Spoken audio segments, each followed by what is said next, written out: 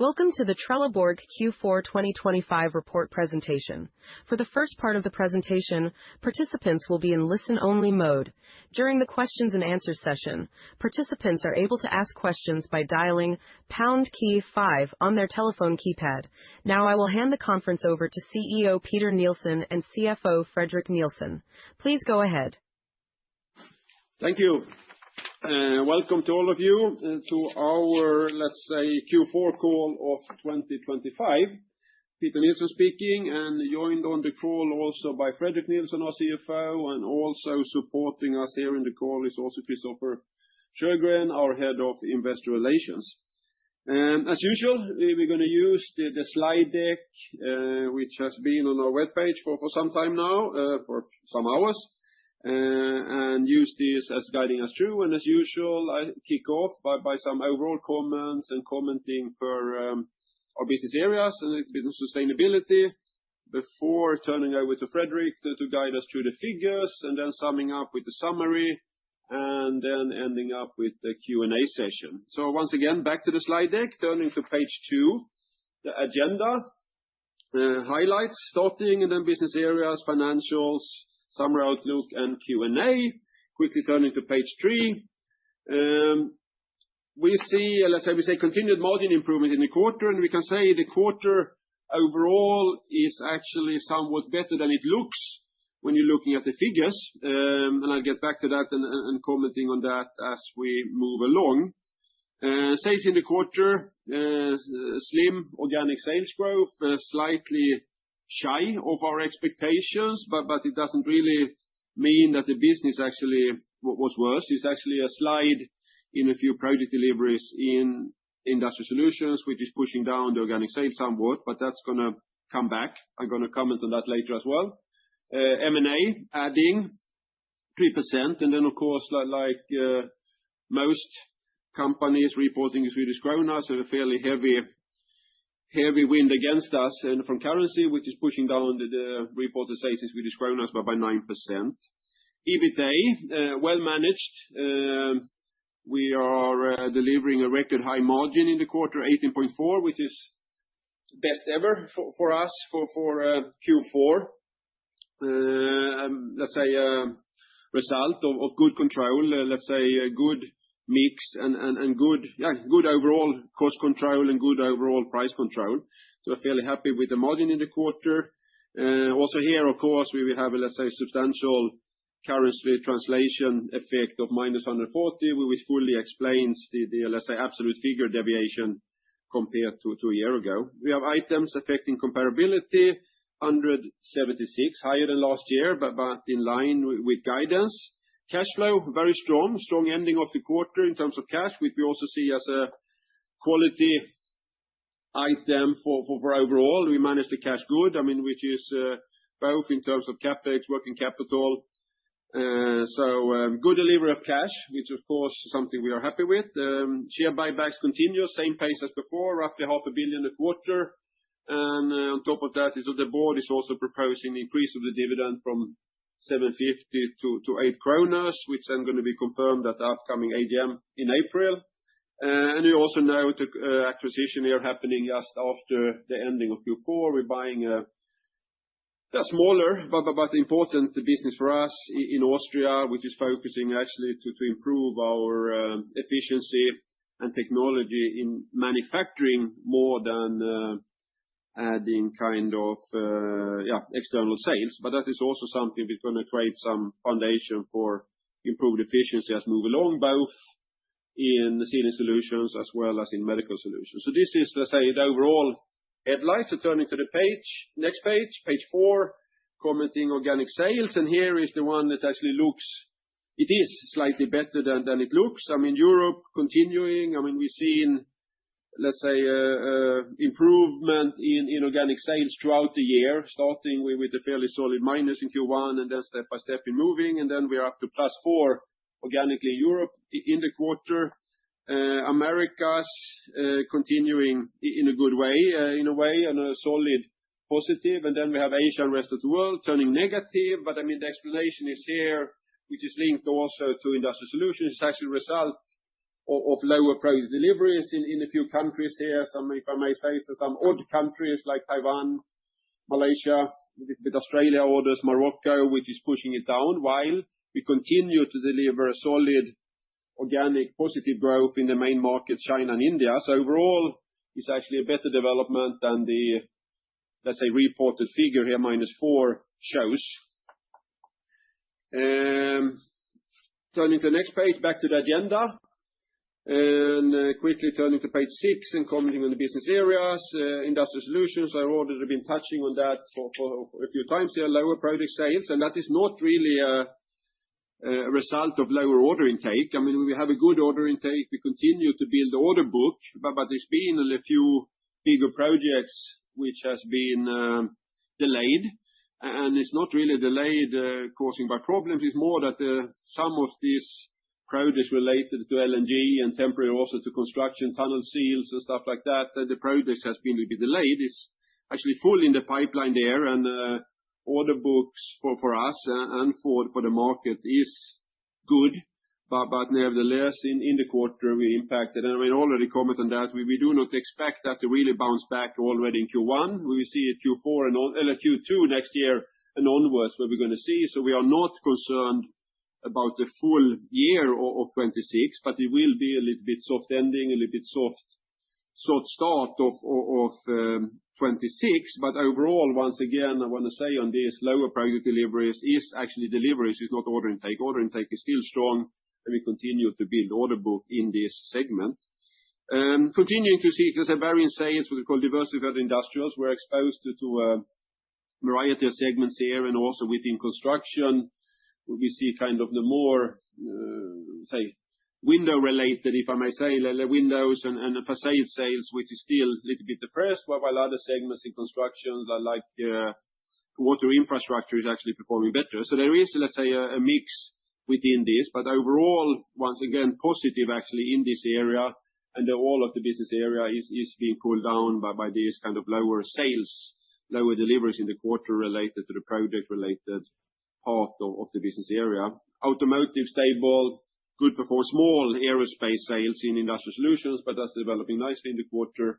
And we see actually a slow decrease in EBITDA, which is fully, let's say, explained by negative currency translation rate effects, because overall the margin is improving.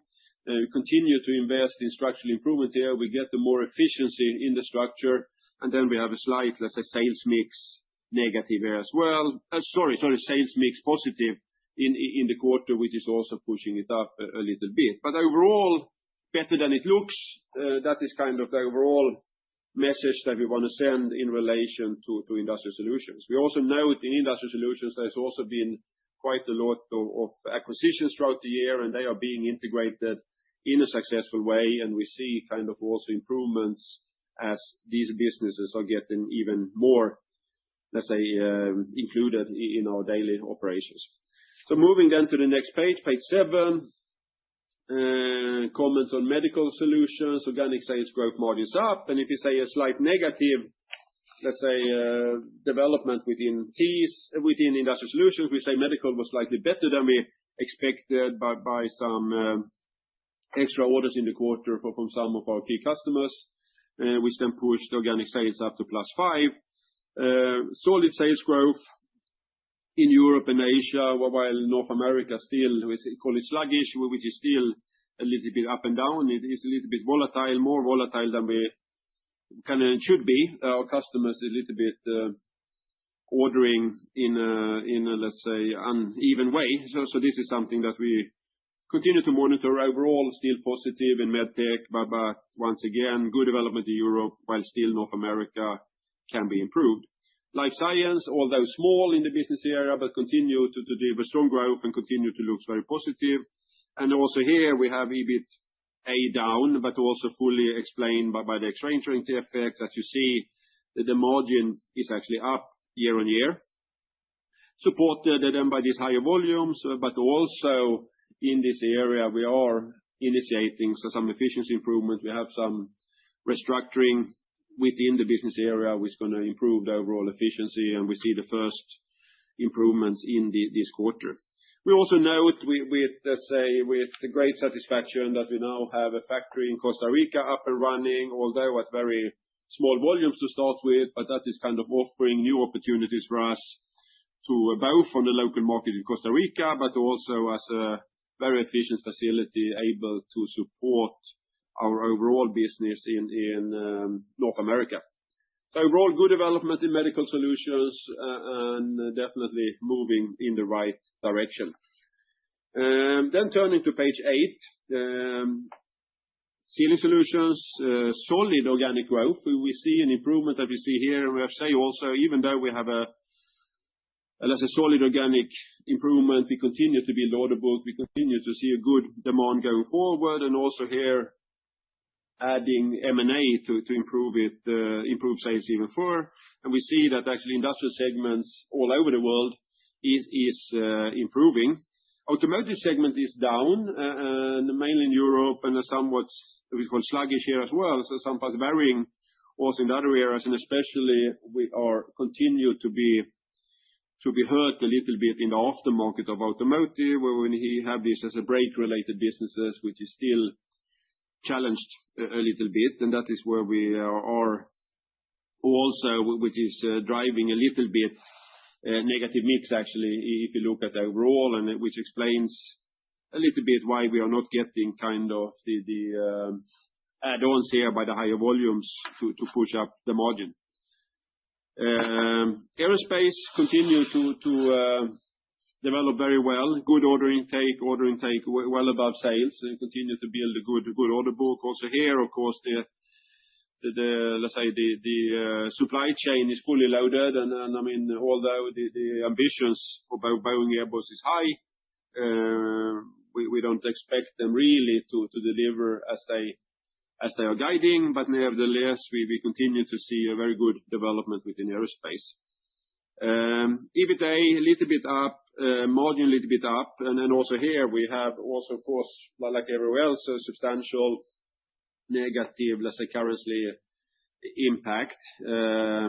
And we also note, I mean, we are, of course, as you know, aiming for an improvement here in the margin, and we are very certain that it's going to happen. But in this quarter, we are slightly hurt with these acquired businesses also here, which is coming in with a slightly lower margin.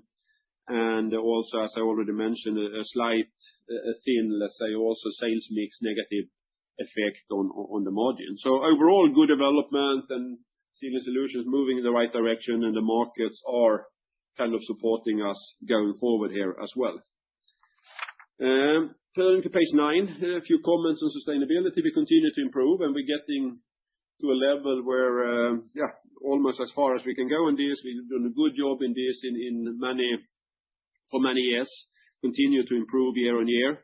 28% down in CO2, and looking at the next page where we talk also share of renewable and fossil-free electricity, we're actually approaching 100% here, up at 98, and I mean, as you know, you cannot really improve a lot from this level, so this is more a challenge to maintain on this level. So good development in CO2 and good development in renewable and fossil-free electricity, which we are very satisfied with. So with that, turning to page 8, agenda, and then turning over to Fredrik on the financials. Turning to page 12, I guess, Fredrik, and then your turn. Thank you so much, Peter. Let's start looking into the sales development. Report net sales decreased by 5% and amounted to 8,380,000,000 in the quarter. We have negative translation effects by 9% in the quarter. As Peter mentioned, we had an organic sales growth of 1%, and then we saw both Sealing Solution and Medical Solution growing 5% organically, while Industrial Solution decreased by 3%. Structural changes added 3% growth of sales in the quarter.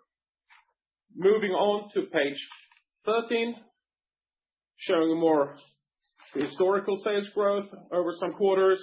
And if you look at the fourth quarter, we achieved 4% sales growth at constant FX. Moving on to page 14, showing the quarter sales and the rolling 12 months. Looking for the full year of 2025, we have sales amounting to 34.7 billion, which was flat versus last year. Looking for the full year, we have an organic sales growth of 1%. Structural changes added 5%, which was then offset by negative translation effects of 6%.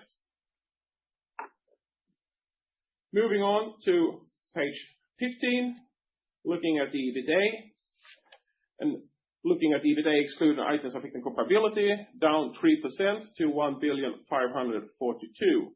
In the quarter, we have 140 million in negative translation effects. So if we look at EBITDA at fixed FX, it was up 6%. And then on the margin side, up from 18.1 to 18.4, and that was the highest margin for a fourth quarter.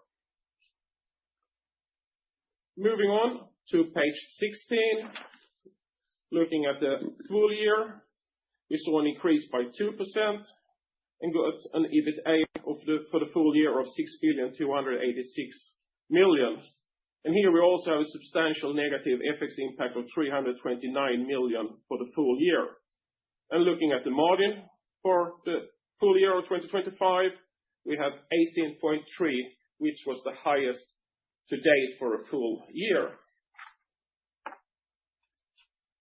Moving on to page 17, looking at some details into the income statements, we have items affecting comparability, minus 176 million in the quarter.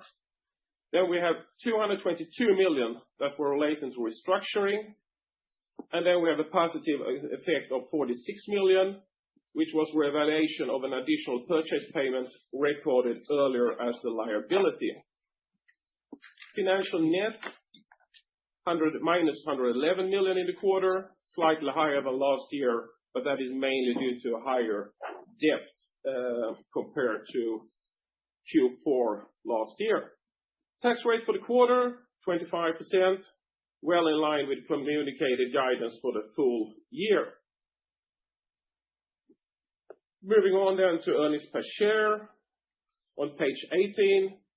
If you look at earnings per share excluding items affecting comparability, up from 424 to 430, increased by 1%, and that is mainly due to higher profitability and the effect of the ongoing share buyback, which then has been offset by negative translation effects.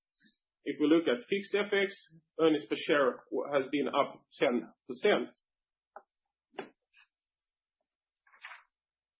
Moving on to page 19, looking at the cash flow. As Peter also mentioned, we had a really good cash flow in the fourth quarter, up 3%, giving us a cash flow of 1,726,000,000. And to summarize it on a high level, we have a little bit lower capital expenditure that had a positive impact, and we continued also to generate a positive working capital movement in the quarter.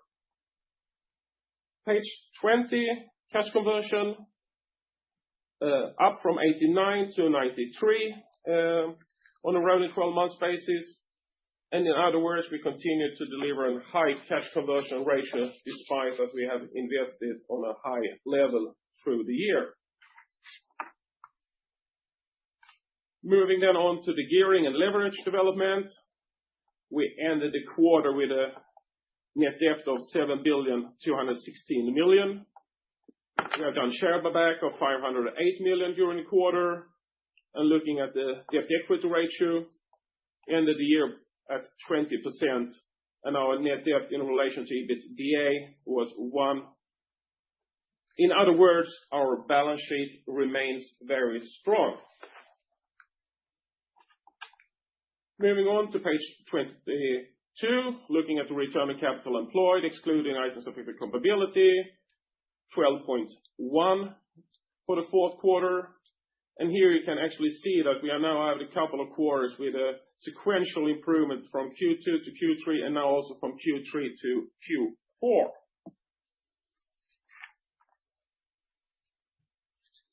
And then looking into 2026, some guidance for 2026, CapEx 1,450,000,000 for the full year.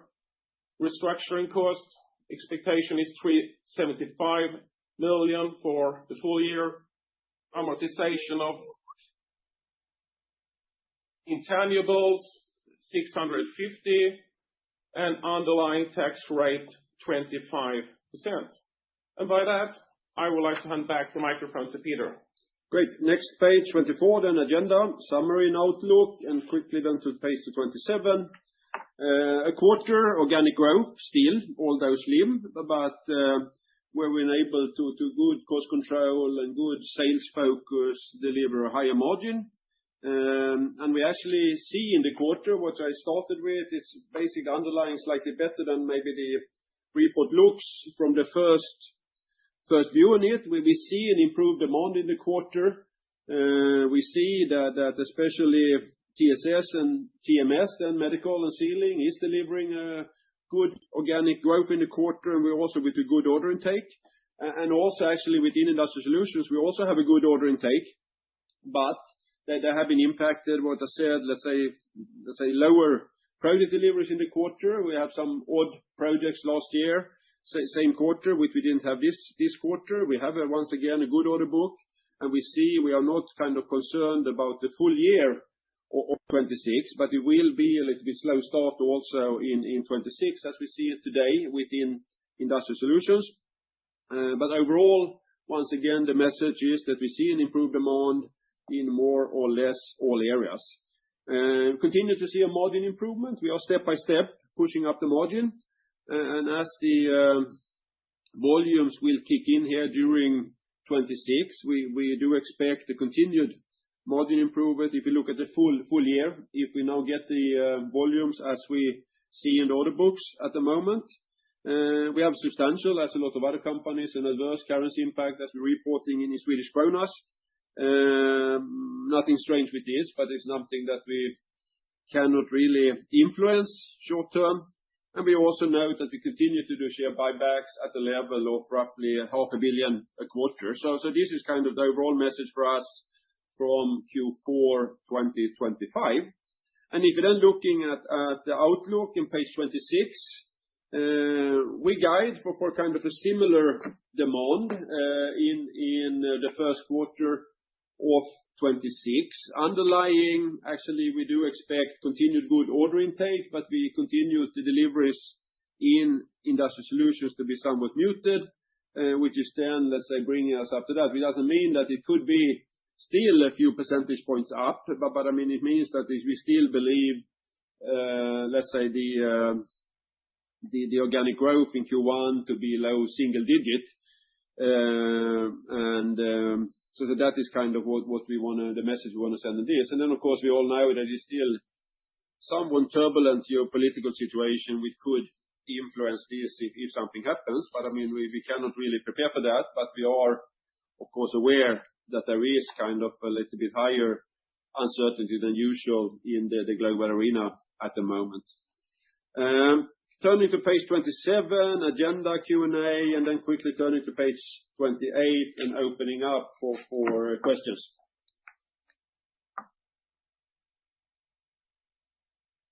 If you wish to ask a question, please dial pound key 5 on your telephone keypad to enter the queue. If you wish to withdraw your question, please dial pound key 6 on your telephone keypad. The next question comes from Chitrita Sinha from JP Morgan. Please go ahead. Good morning, Peter and Fredrik. Thank you for taking my questions. I have two, please. So my first one is just on Industrial Solutions. I wanted to clarify on the underlying development, given your comments on order intake being positive. So excluding the impact of the project deliveries, would the development in the quarters have been positive or still negative? It's been a positive. I mean, we have a rather substantial effect from the project deliveries. And just to elaborate a little bit on that is also that we have actually good order book, especially for LNG, but also for construction. But I mean, the pipeline there is full. I mean, the shipyards are full, and they are kind of being delayed on a few of their projects, and that is impacting us that we cannot really get the deliveries as expected. I mean, going into the quarter, we had kind of deliveries, but then the customers wanted this to push us. And so we are not. It's a tricky communication, of course. We still believe it's good markets, good order intake, good projects, but we see that it's a bit slow from the customers kind of accepting the order. So if we exclude kind of LNG, as it is what we call infrastructure construction, harbors, tunnels, and that segment, the overall development is is, let's say, clearly in the positive territory. Great, super clear. My second question is on the Sealing Solutions margin. So the margin declined obviously versus the Q3. So could you please just explain the moving parts sequentially? Was it primarily the mix? And then perhaps how you're thinking about reaching the 23% target from here? Thank you. That is primarily, let's say, mix, to be honest, and especially driven that we have a slower sales in this, what we call the automotive aftermarket, which is kind of a high margin business for us. And then we shouldn't neglect also we have M&A also kicking in, and they usually, almost all the time, when we buy something, it's lower profitability than us, and it takes some time to get that to the right figures. And I've said it before, and of course I understand the proof is in the pudding, but if we continue to deliver on organic growth levels as we've seen in this quarter, we'll be seeing a fairly, let's say, quick upturn in the margin here. And we are confident going into 26 with the current order book and the growth we see in the order book and the growth in some of the more depressed segments like let's say construction equipment. We also have semiconductors, which is performing very well. I guess that is the main segments actually driving the positives here, while we still, surprisingly, we didn't say on the negative side, we are still automation, which will be slower than we kind of expected. But I mean, since this hydraulic, what we call, let's say, fluid power segment is kind of the biggest in Sealing Solutions, and that segment is actually showing substantial positive growth in all geographical areas, you say, as well. And we must not neglect also in Sealing Solutions that we have a continued very good development in aerospace, but also there, order intake is, if I say, substantially higher than the underlying sales. So that is, we're building an order book, and there will be an uptick, but then it's difficult to say exactly how much.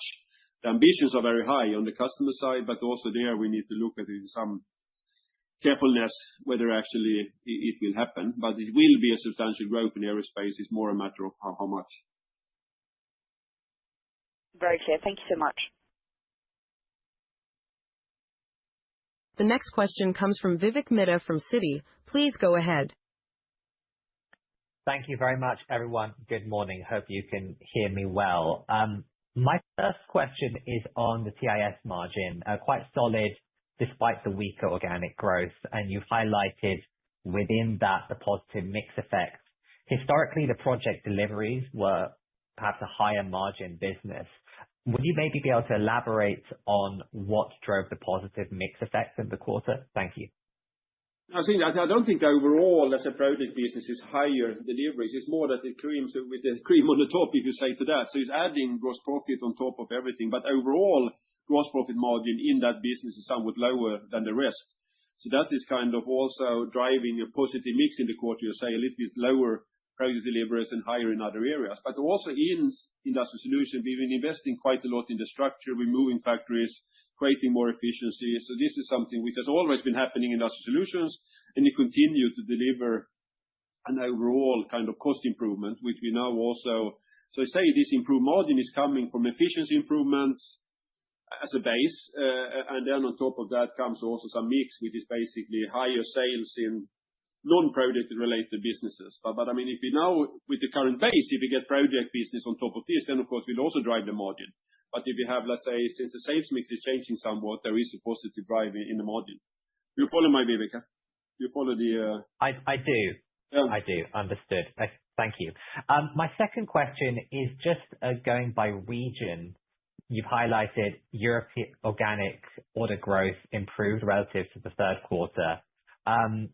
And we can see that in TIS, for example, in your commentary. It would be great to get some color on maybe the verticals which you're seeing improving within Europe. Is there anything you'd like to highlight? Thank you. No, I mean, the highlight, the biggest impact for us is this kind of construction equipment in Sealing Solutions, where we see an improvement, which is kind of more, construction equipment. A little bit actually surprisingly slightly better also in agriculture. We don't think that's going to continue really. I mean, and also, of course, we need to note also in this overall kind of diversified industrial segments, we believe we've been exposed to some inventory downs throughout the year, and that is flattening. So we see the underlying demand is actually kicking in without any kind of inventory reductions on top of that. So that is also something that we are seeing, and that is valid in most industrial segments in Europe, to be honest, where we don't see really what we're waiting for is an uptick in residential construction, which is very much depressed. I don't say it's continuing down, but it's not really, let's say, moving upwards. But overall, once again, the biggest, if I should pick one segment, looking at Fredrik, I think pick one segment, I think is this construction equipment, fluid power, where we see improvements coming both once again from a better underlying demand, but also from, let's say, no more inventory reductions. Very clear. Thank you very much.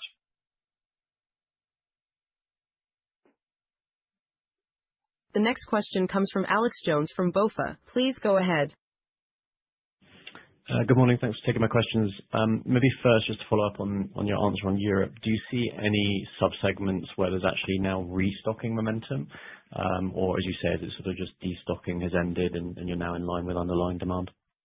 We don't really see that at the moment, but we do kind of expect it. So that is also creating some confidence going into 26. We do believe, even though we don't really have a proof. I mean, we're following this VDMA. I trust you look at the same.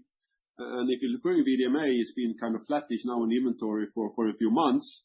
And I mean, if the demand is picking up, which we do believe, then of course they're going to be a double up as they've been a double down. But we don't really see that. We cannot see that. We see that in the order book at the moment, but we kind of do expect it to happen throughout 26. Okay, understood. And then just on capital allocation, there were recently some press reports about a potentially larger deal in Italy. Can you just remind us how your pipeline looks and whether you feel ready for potentially another larger deal?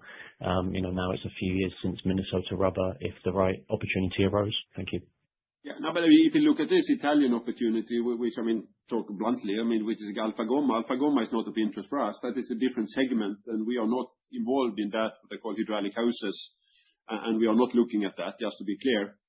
So that is kind of not on our agenda. So we are still not looking at, and it's also, I mean, some of you ask about ContiTech. It's neither, let's say, on our target list at all. So just to clarify that, we are not looking at that kind of deals. You're going to see us continuing to work on bolt-ons, which is kind of strengthening already strong positions. So we are not looking for any kind of new positions at the moment. We have plenty of opportunities within our current scope, which is kind of where you're going to see us spending both money and spending our efforts going forward. Thank you.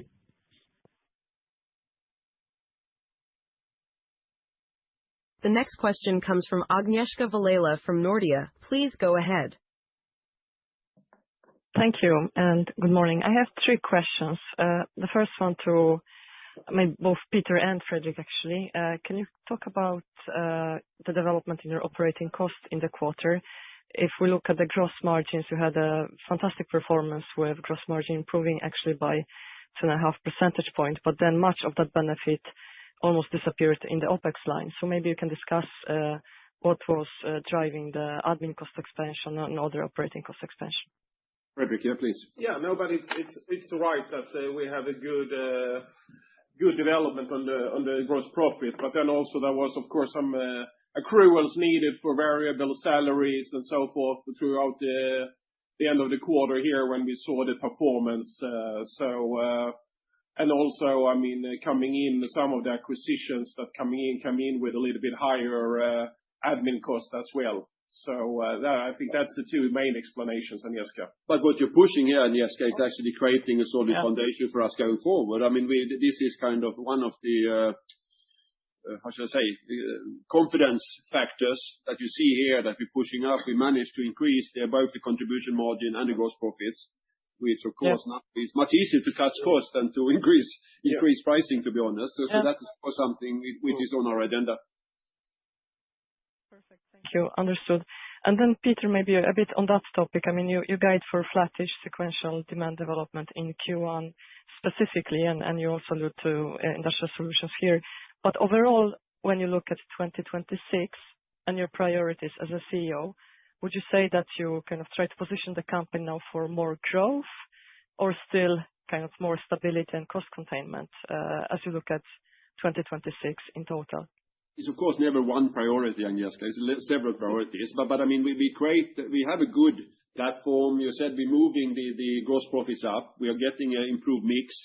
There is still something to do in the cost, but we have the structure in place. Of course, we are gearing up to absorb more growth, and we do expect that to kick in 26. I mean, we do expect kind of a better second part of 26 than the first part of 26 on the backing of good order intake and good activity with the customers. And we do have solid cost control.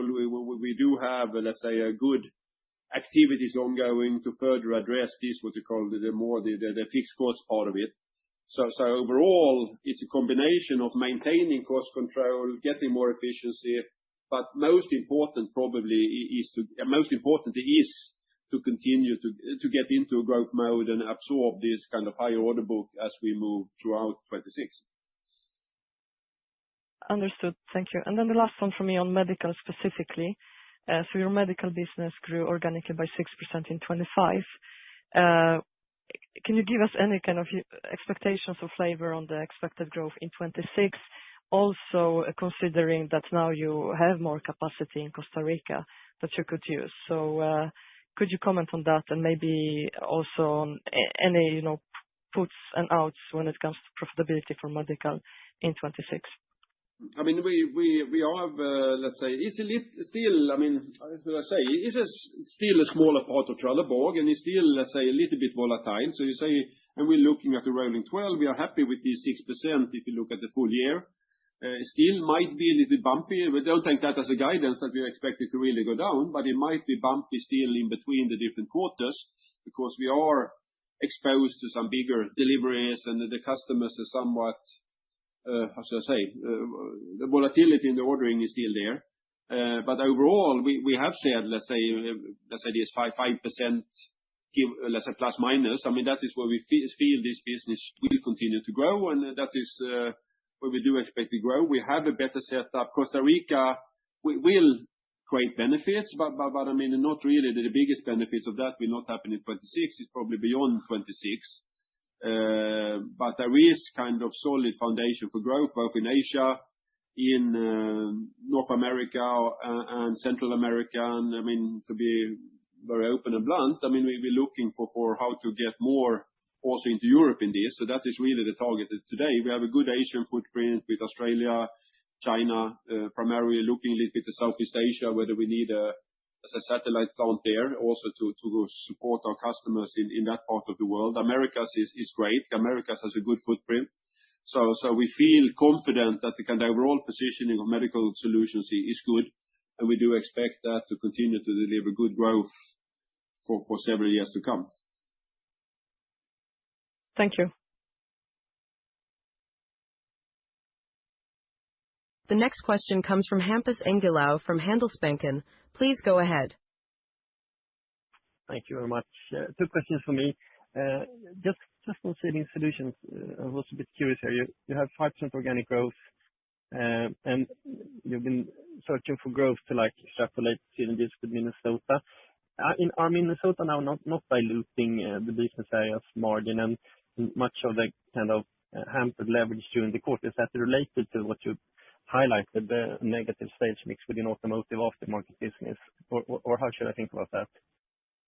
I mean, it's still, I mean, the North American business is slightly lower than the European to be overall, but I mean, it's not really deteriorating to the overall America's business. As US is getting a little bit bigger, there is a slight negative mix still, even kind of beyond the integration of Minnesota. But now, as we do expect volume to kick in, we do expect the margin there to improve. But I cannot say that Minnesota is kind of in itself is the main explanation on kind of pushing down the margin in any way. It's been integrated, and we're now starting to see the benefits in the order book, and it will get better as the volumes kick in.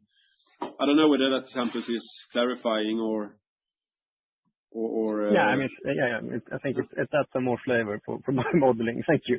And then on industrial, the project business, do you dare to say like when that should kick in? Should we expect like a catch-up effect like Q3, Q4, or are you still like waiting to see when that will materialize? We expect a little bit. I shouldn't say there's been a disaster in Q1, but I mean, it's not going to kick in. We do expect it to kick in Q2, Q3, Q4.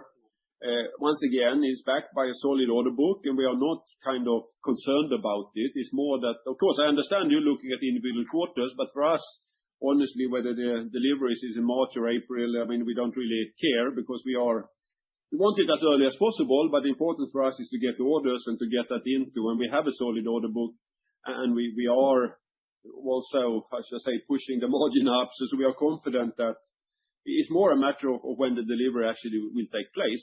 So we are, let's say, confident on this one. I mean, but it will be a kind of a solid second half of the year compared to the first half of the year. That is the way we look at it at the moment. While then commenting on that, I mean, it's still a relatively small part of Industrial Solutions. So the overall Industrial Solutions will continue to perform well, and some of that will benefit from this overall, let's say, improved industrial demand as well. Thank you.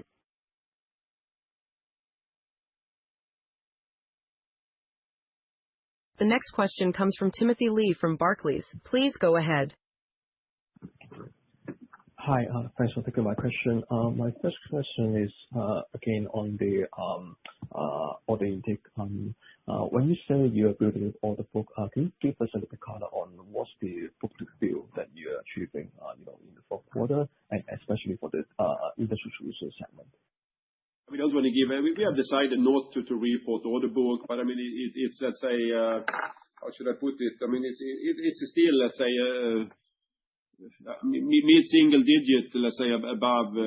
So let's say we talk about this, let's say, above 100% mid-single digit growth on the order book compared to the sales.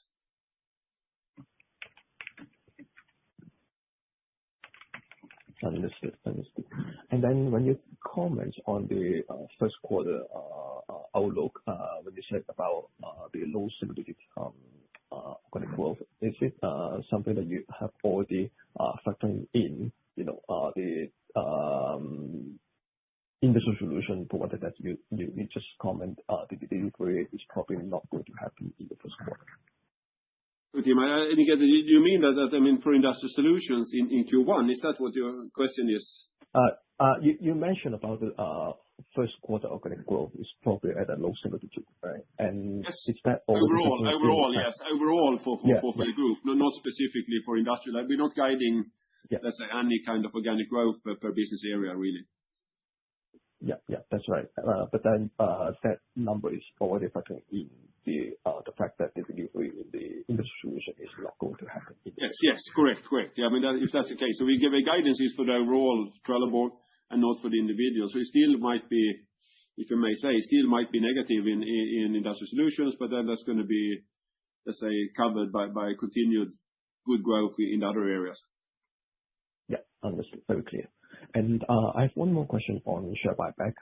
I think last year we have a share buyback program which is scaled down from the previous buyback level, about 500 million SEK per quarter under the current program.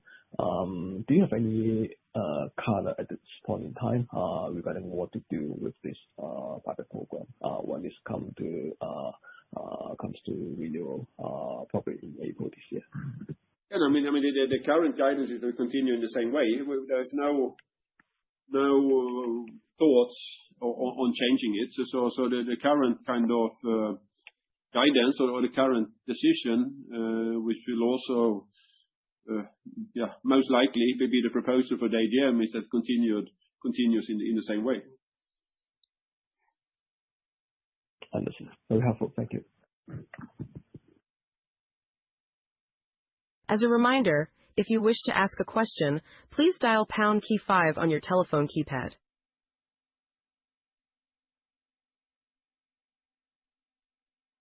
There are no more questions at this time, so I hand the conference back to the speakers for any closing comments. Thank you. Thanks all of us for listening in. Let's say a solid quarter for us. Look actually slightly better than maybe the figure shows.